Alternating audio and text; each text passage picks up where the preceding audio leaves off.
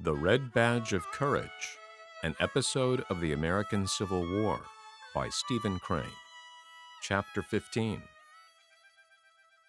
The regiment was standing at order arms at the side of a lane waiting for the command to march when suddenly the youth remembered the little packet enwrapped in a faded yellow envelope which the loud young soldier with lugubrious words had entrusted to him.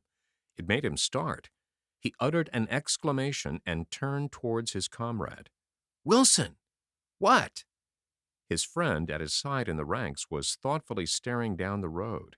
From some cause, his expression was at that moment very meek. The youth, regarding him with sidelong glances, felt impelled to change his purpose. "Oh, nothing," he said. His friend turned his head in some surprise. "Why, what was you going to say?" "Oh, nothing," repeated the youth. He resolved not to deal the little blow. It was sufficient that the fact made him glad.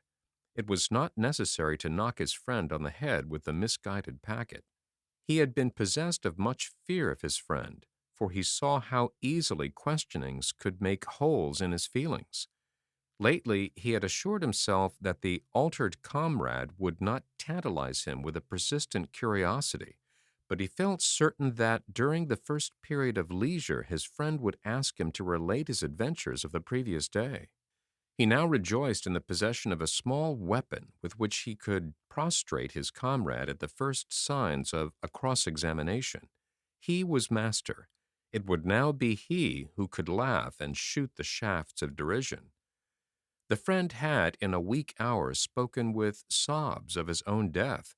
He had delivered a melancholy oration previous to his funeral, and had doubtless in the packet of letters presented various keepsakes to relatives. But he had not died, and thus he had delivered himself into the hands of the youth. The latter felt immensely superior to his friend, but he inclined to condescension. He adopted toward him an air of patronizing good humor. His self-pride was now entirely restored.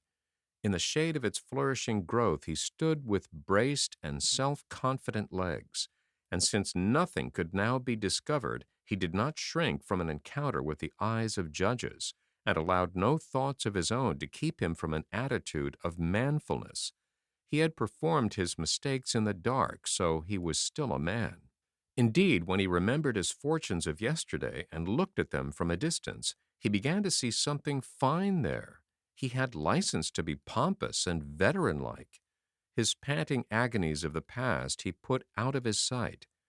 In the present, he declared to himself that it was only the doomed and the damned who roared with sincerity at circumstance. Few but they ever did it. A man with a full stomach and the respect of his fellows had no business to scold about anything that he might think to be wrong in the ways of the universe, or even with the ways of society. Let the unfortunates rail, the others may play marbles. He did not give a great deal of thought to these battles that lay directly before him. It was not essential that he should plan his ways in regard to them. He had been taught that many obligations of a life were easily avoided. The lessons of yesterday had been that retribution was a laggard and blind. With these facts before him, he did not deem it necessary that he should become feverish over the possibilities of the ensuing 24 hours. He could leave much to chance. Besides, a faith in himself had secretly blossomed. There was a little flower of confidence growing within him. He was now a man of experience. He had been out among the dragons, he said, and had assured himself that they were not so hideous as he had imagined them. Also, they were inaccurate. They did not sting with precision. A stout heart often defied, and defying, escaped. And furthermore, how could they kill him who was the chosen of gods and doomed to greatness? He remembered how some of the men had run from the battle. As he recalled their terror-struck faces, he felt a scorn for them. They had surely been more fleet and more wild than was absolutely necessary. They were weak mortals. As for himself, he had fled with discretion and dignity. He was aroused from this reverie by his friend, who, having hitched about nervously and blinked at the trees for a time, suddenly coughed in an introductory way and spoke. "Fleming!" "What?" The friend put his hand up to his mouth and coughed again. He fidgeted in his jacket. "Well," he gulped at last, "I guess you might as well give me back them letters." Dark, prickling blood had flushed into his cheeks and brow. "All right, Wilson," said the youth. He loosened two buttons of his coat, thrust in his hand, and brought forth the packet. As he extended it to his friend, the latter's face was turned from him. He had been slow in the act of producing the packet, because during it he had been trying to invent a remarkable comment on the affair. He could conjure up nothing of sufficient point. He was compelled to allow his friend to escape unmolested with his packet, and for this he took unto himself considerable credit. It was a generous thing. His friend at his side seemed suffering great shame. As he contemplated him, the youth felt his heart grow more strong and stout. He had never been compelled to blush in such manner for his acts. He was an individual of extraordinary virtues. He reflected with condescending pity, "Too bad, too bad. The poor devil, it makes him feel tough."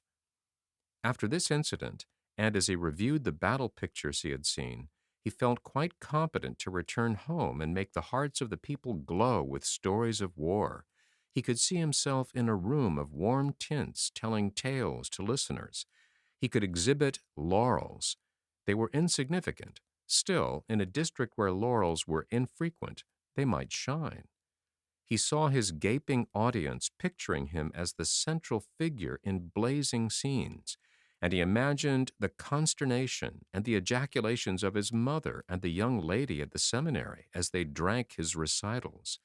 Their vague feminine formula for beloved ones doing brave deeds on the field of battle without risk of life would be destroyed.